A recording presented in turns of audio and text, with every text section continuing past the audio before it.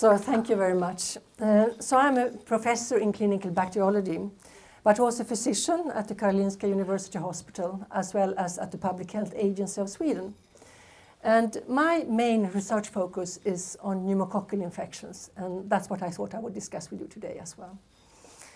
And the outline of my talk, let's see here.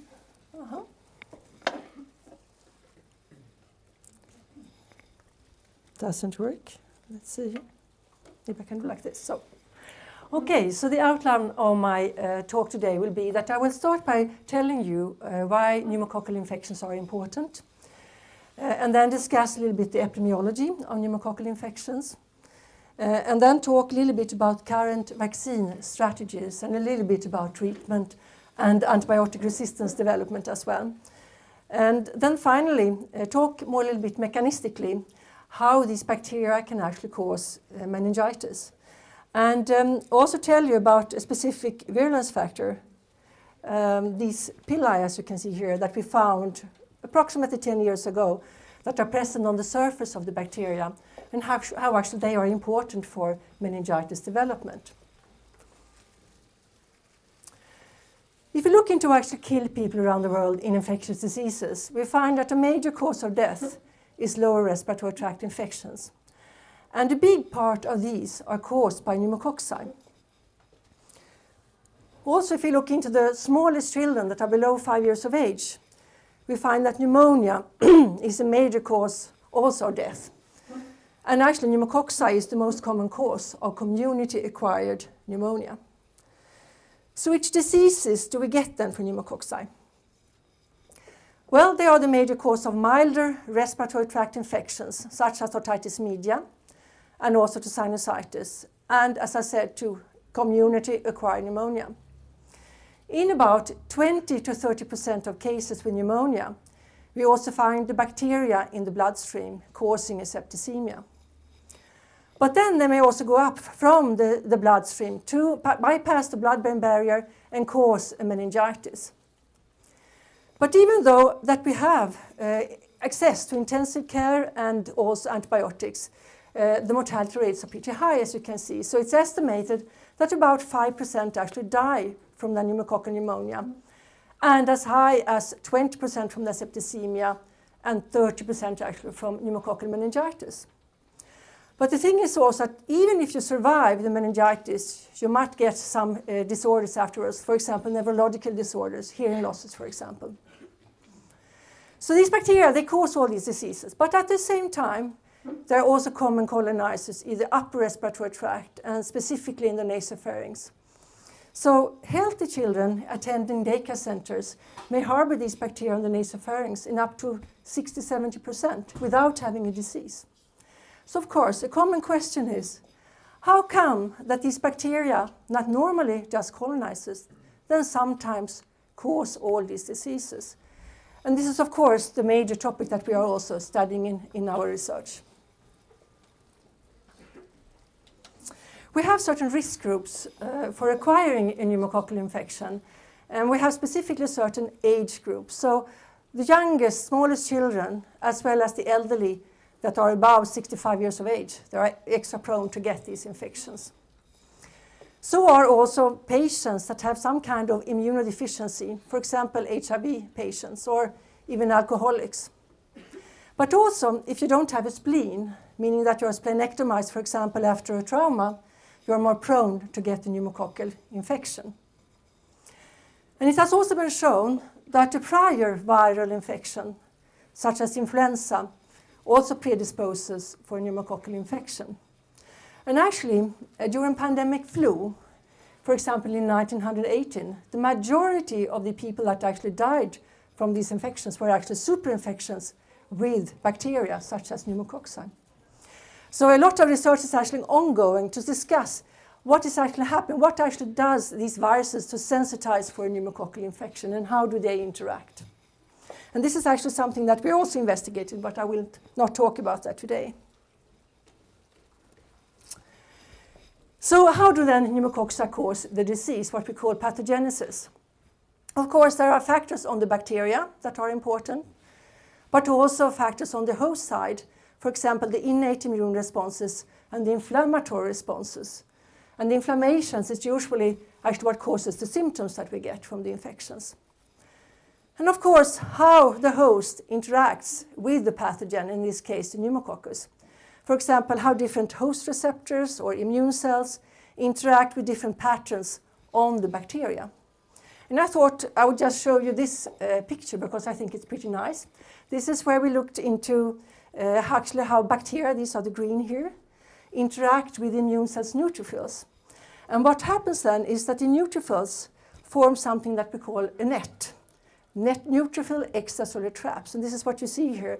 This is composed of DNA and this elastase, the red here, and they can actually trap the bacteria here. So for pneumococcus, they can only trap but not kill. But for example, for Staphylococcus aureus, they can actually even kill the bacteria. But this is just one example on how the host interacts with this bacteria.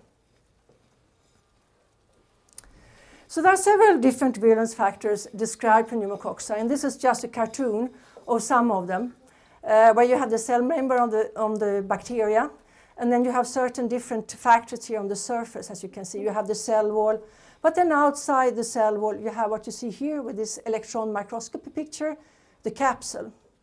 And the capsule is really a very important virulence factor for these bacteria. And it's consisting of sugars, polysaccharides. And I thought I will talk a little bit more about this capsule. I will also discuss another virulence factor, and that's actually these pili that I mentioned in the beginning, and tell you specifically a little bit what we have found regarding these pili and how they can influence disease development as well. But we start with the capsule. As I said, the capsule is a major virulence factor, and depending on that the bacteria can have different structures on these capsules. We can differentiate today at least 97 different capsular types, and we call them serotypes. And we know that different serotypes actually evoke different diseases, and they have different potential of causing disease. And they're also important because those vaccines that we have today, they're actually based on these capsular polysaccharides. So we have a polysaccharide-based vaccine here. It's called the 23-valent. And this is used for the elderly population, for example, those that have some kind of risk factor. But unfortunately, this vaccine is not immunogenic enough in the risk groups, the small children and also in the elderly. And that's why these novel vaccines have been created, so-called conjugated vaccines. And here, a protein had been coupled to this sugar, and thereby evoking a much better immune response. You go from a T-cell independent response to a T-cell dependent response. And this vaccine have though been difficult to produce, and that's why we have a limited amount of serotypes actually included. So the first vaccine that was launched was a PCV7, including 7 out of these 97 different serotypes. And it was introduced first in the United States in the year 2000. And now it has been spread in the childhood vaccination program around the world. And we are also using it in Sweden, and I will come back to that just in a while. Then around 2010, this vaccine was actually changed to PCV10 or PCV13, including 10 or actually 13 out of these different serotypes. So this is, if you look into the composition of the vaccine, so the 23-valent, you have these 23 different serotypes of different numbers, as you can see. And then you have these conjugated vaccines. And the 7-valent have these serotypes. But as you can see, the 10-valent has additional 3, and still these 7 serotypes. It's really building up of the same base, you could say, for the 10-valent vaccine, and also for the 13-valent, where we have additionally 3. And I thought I would just mention a little bit about the effects that we have seen around the world so far of these vaccines. As I said, these are the children that are mainly vaccinated. And it has been observed in many countries, as I would say in most countries, that we have a significant decrease of what we call invasive pneumococcal disease, that is septicemia and meningitis mainly. And specifically, I should say, in those children that got vaccinated. But also, if you look into carriage, one have observed also reduced carriage of these vaccine types. And the carriage is important because carriage in healthy children is supposed to be the ecological niche for these bacteria where they are. And then from them, they can actually spread and cause disease also in the adult population. And that's why in some studies, they have even seen a herd immunity effect in the adults, meaning that even though these adults were not vaccinated, you could see a reduction in the number of invasive disease cases here. But this is not in all studies, but in some. And in some studies, they have also seen a reduction in antibiotic resistance, but this is not even in all countries either. So it's important to think about some questions here. And that's actually that, as I told you, the vaccines, they are not targeting all pneumococci that we have circulating in the society. It's just a limited amount of serotypes that they actually cover. And they are mainly chosen because they are the major cause of invasive pneumococcal disease in the United States. So of course, and the serotypes that are common causing invasive disease might actually differ depending on country. So we don't have the same serotypes that they have, for example. What we also have seen is that we have an increase of serotypes or capsid serotypes that are not included, what we call non-vaccine types instead. And this is also called serotype replacement, meaning that you have certain capsid serotypes that are included in the vaccine, but instead you get these that are not included in the vaccine. And that's due to that pneumococci, they can easily take up DNA from the surrounding, and thereby they can change the genetic composition, actually what kind of factors they have, what kind of capsule they have. And this replacement with non-vaccine types, that has also been seen among antibiotic-resistant strains. And of course, this is also worrisome. So this means that people are now trying to find other approaches for new vaccines.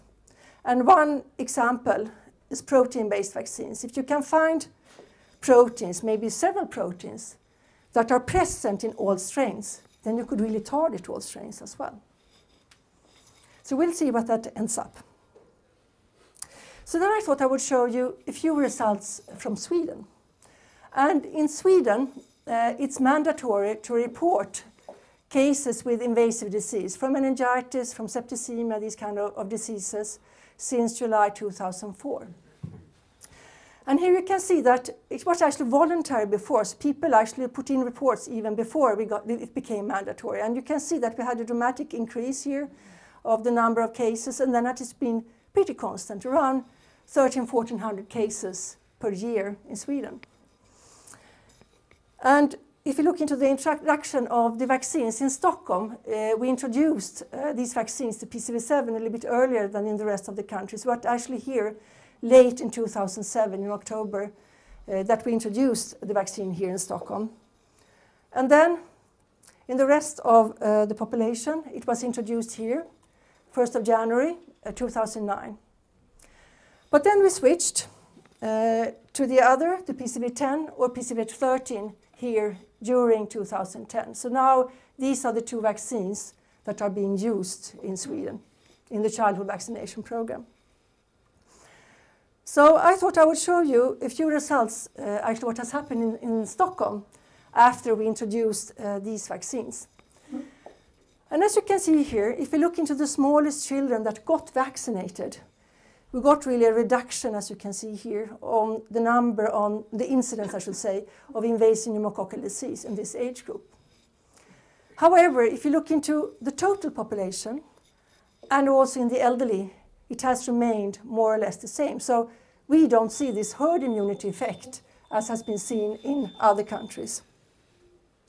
However, we see an effect on the serotypes that are causing these invasive diseases, these really severe diseases. So here you have those types included in PCV7. You see they are going down here, so they are almost vanished.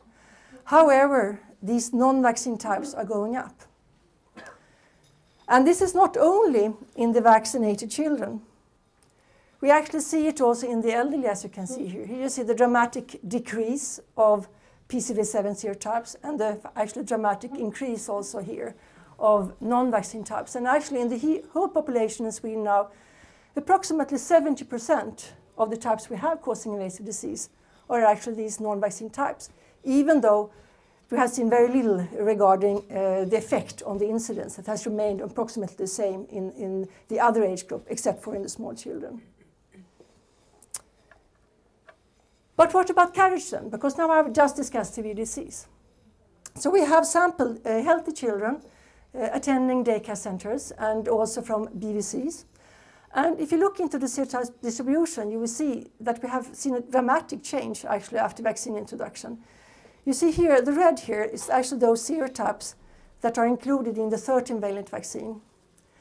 And before vaccination, you have these black bars, and you see the majority are actually here regarding vaccine types. And then the white bars are those after vaccination. As you can see, we have so many other serotypes coming up here now that are non-vaccine types. So in healthy children in carriage, I would say that more than 95% are these non-vaccine types. And if you look into the percentage of those that actually carry pneumococci, it's approximately the same. So they still have around 30% carriage rates in these children. So it's just that we have changed the population totally. So this just shows what kind of ecological effects you can have by using these kind of vaccines. Then a physician, Ann Lindstrand, at the Public Health Agency, she looked also into the clinical presentation in these youngest children to see what kind of effect we could see here of the vaccination. And she compared before and after vaccination. And indeed, she could see that we could reduce the number of cases of meningitis, also of septicemia, as well as of rhinosinusitis. And actually, she did the study also where she looked into hospitalizations, those that were actually put into hospital with septicemia, pneumonia, rhinosinusitis. And she saw actually that pneumonia and rhinosinusitis was actually decreased, both of them. So we have a very good, I should say, effect in these young children of the vaccines. So I thought I would first now conclude this first part. So I've shown you that pneumococci are a major contributor to morbidity and mortality worldwide. We find that this capsular serotype is a major virulence factor that affects disease development, but is also the basis for those vaccines that we have today.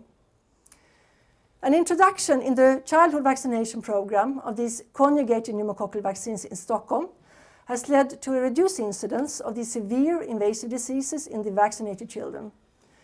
But in the general population, the incidence has remained approximately the same.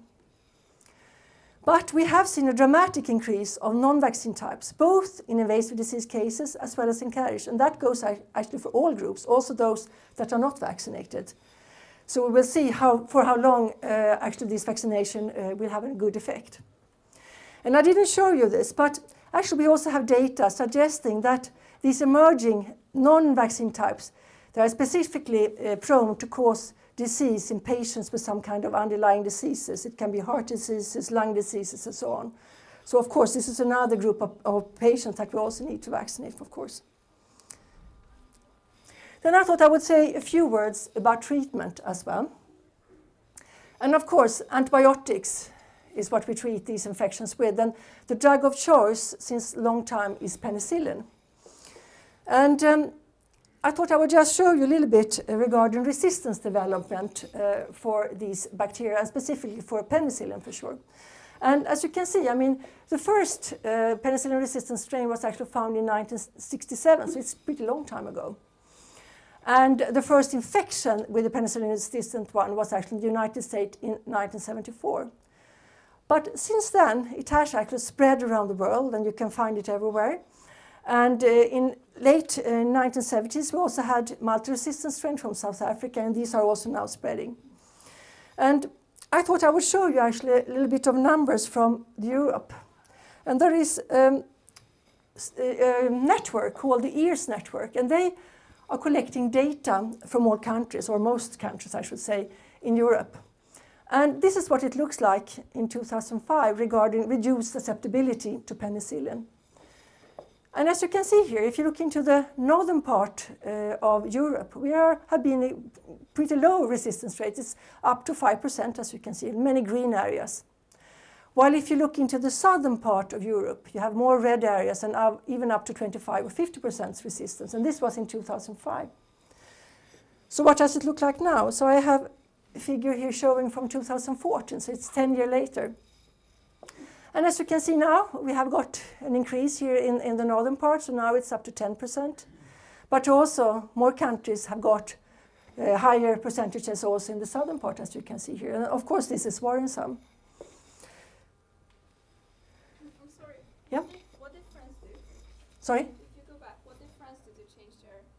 I think they were red before.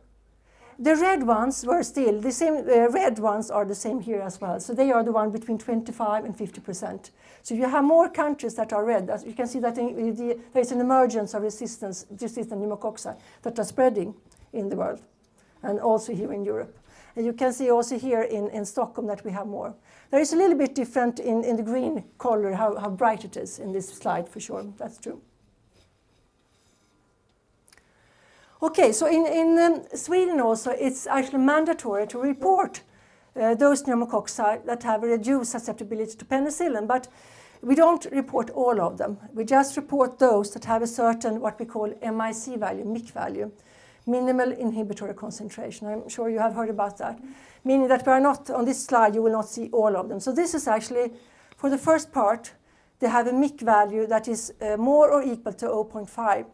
But then they changed actually what should be reported. So here, actually where you should report is above 1. So that's why you get much more lower number of cases here. So it's more a matter of reporting, I should say.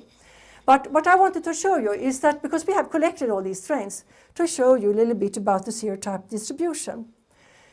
Because as you can see here, it's not that we find actually certain serotypes that actually carry these resistance rates, as you can see here. So it's not that we see the resistance in all pneumococci, at least not usually. And during these years, we actually characterized these strains. And as you can see, we had a lot of 9Vs here during these years, as you can see here. We also had an increase of type 14 that got up here. Also a lot of 19F here, as you can see here. They're actually all included in the vaccines, I should say. And we were wondering, is this one and the same strain that is coming up here or not? Because I said they had the same capsule, but it's not for sure that they have the same genetic makeup. So we did what we call molecular typing, and that's something you can do, for example, by sequencing 7 different genes that are conserved within the bacterial genome, and then you compare them with each other. And then you get something called a sequence type. And indeed, what we found was that if you look into this group, they all actually had the same genetic makeup. They had the same capsule, but also the rest of the genes were actually the same. And they had what we call the sequence type 156. When we looked into these type 14 strains and did the same, we found that they actually also belong to the same sequence type. So they had another capsule now, but same genetic composition. And as I told you, they can switch capsule with each other. And this is a way for the bacteria to actually escape vaccination, the selection pressure that we have from vaccination. And actually, even among these 19F strains, we had a lot of these ST156 strains that were the same, but with another capsule. And then we were wondering, why? I mean, there must be some kind of property that these bacteria have that make them so easily spread. And then we started to look into these pili. And what we found then was that among these strains that had reduced susceptibility to penicillin, these PNSP strains, actually more than 70%, they actually carried these pili. And we had then the hypothesis that this ST156 clone actually came from Spain, but then spread to Sweden, as I showed you, but it actually spread around the world, as you can see here. And we think that one factor why it has been so successfully spread is because they have these pili on the surface that actually are important for how they can colonize. And that I will show you just in a while as well. So this is a new way of looking into resistance spread, because I'm sure you have heard about that usually we just discuss antibiotic consumption, and when you consume more antibiotics, you usually also get more antibiotic resistance, and of course this is important. But here we suggest that actually bacterial factor, these pili, are important for the successful spread. And we also did further epidemiological study of the presence of these pili. And as here you can see several different serotypes, and the black bars are those that are actually have these pili. And we found an association, as I said before, with antibiotic resistance, but also with strains that are really causing carriage that you find in healthy children. But then we started further these pili and the role played, and of course then we had to do more in vitro and in vivo studies. As I told you, we could conclude that they were important for the spread of these antibiotic-resistant strains. But what happens then? Why are they so good at colonizing, for example? So we look into how these bacteria could attach to lung epithelial cells. That's what you see here. The red are lung epithelial cells, and the green are the bacteria. And we could, by looking into strains having or not having pili, see that they actually contributed it to how the bacteria could attach to these lung epithelial cells. We could also, by using mice models, see that they could actually influence colonization rates in mice, but actually also disease development or virulence. And here you have a mouse that got a strain that is tagged with the luciferase. That's why you can see it. Actually, it has pneumonia. And we could actually see that it actually mattered if they have these pili, if they would get a disease or not. We even could see that the pili were important for the inflammatory response that you could actually evoke in these mice. And now we have recently found that these pili seem to be important also for meningitis. And this is what I thought I would end by telling you a little bit about. And this will be a little bit more mechanistic studies now that we have been doing. And if you think about bacterial meningitis, before we had a lot of meningitis caused by Haemophilus influenzae type B. But since the introduction of that vaccine during the 1992, it has reduced. So now actually pneumococci is the major cause of bacterial meningitis, specifically in the United States and also in Europe. But how do we get meningitis then? Well, usually these bacteria come via the bloodstream, as we talked about, the septicemia. And then they have to cross this endothelium, the blood-brain barrier endothelium, to actually go into the brain and to the meninges and cause a disease, meningitis. So we thought it would be important to understand how the bacteria can actually penetrate here and what kind of factors are important for this penetration. And to study this, we used clinical isolates. And we took one strain that came from a patient that had a meningitis, and then 2 strains coming from healthy carriers. And they were all of the same serotype, in this case 6b, and they were very genetically related. And we could confirm that also by doing what we call whole genome sequence. That means that you sequence the whole DNA of the bacteria. And they looked the same, but they had one thing that actually differed. And that was for the meningitis strain, these have pili. But one of the carrier strain actually did not have pili, and the other one actually did have pili. And interestingly, this strain from the meningitis patient expressed much more pili than this one actually did. So then we wanted to study how they could actually cause meningitis. And then we had a mouse model where we could inoculate the bacteria intravenously into the veins, and then study the number of bacteria that they have 12 to 14 hours after this infection. And this is what you see here on this figure. So here is the number of CFU. This is the number of bacteria that they have in the brain tissue. And here you have the strain that is pileated, and this one is also pileated, and then this one is not pileated. This is the strain that was causing meningitis. And as you can see, we find more bacteria in the strains that actually have pili, as you can see with this one and this one, in comparison to this one, suggesting that the pili would be important for how they could penetrate the blood-brain barrier and cause meningitis. And to confirm this, we actually used another pair of strains.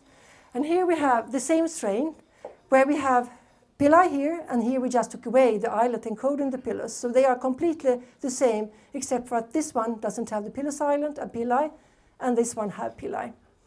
And as you can see also here, we get a very big difference in the number of bacteria in the brain, where the pileated strain has much more, evokes much more bacteria in the brain than what you see for the non-pileated strain. So we could conclude that these pili matters for meningitis development. But then we also looked into what kind of inflammatory response that you have in the brain. And we have these cells called microglia in the brain. And normally they look like this. They have these dendrites, as you can see here. But when you get an inflammation, they usually round up, as you can see here, and actually lose their dendrites. And it was interesting to observe then that the pileated strain, here you got this round up by these microglia cells. As you can see, they are surrounded and not having these dendrites anymore. But for the non-pileated variants, you still have some of these features left.